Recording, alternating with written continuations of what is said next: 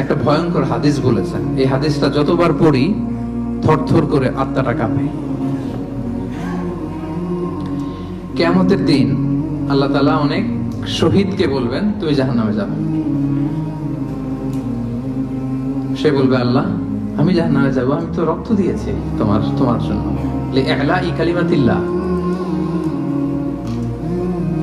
আমার দেহের তাজা রক্ত দিয়ে আমি শহীদ হয়েছি, জানাজা ছাড়া আমার দাফন হয়েছে, আমি তো জান্নাতে যাব। আল্লাহ বলবে, না, তুমি শহীদ হয়েছো এই কারণে যে লোকজন তোমাকে বীর বলবে, বীর, বাহাদুর।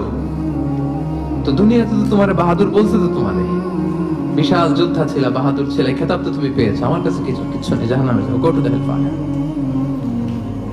অনেক দানশীলকে আল্লাহ বলবে জাহান্নামে যাও। সে বলবে, আল্লাহ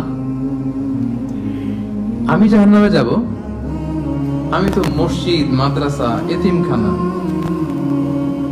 বৃদ্ধাশ্রম এমন কিছু নাই যে বাকি রাখছি, শত শত মসজিদ আমি করেছি, আমি কেন জাহান্নামে যাব?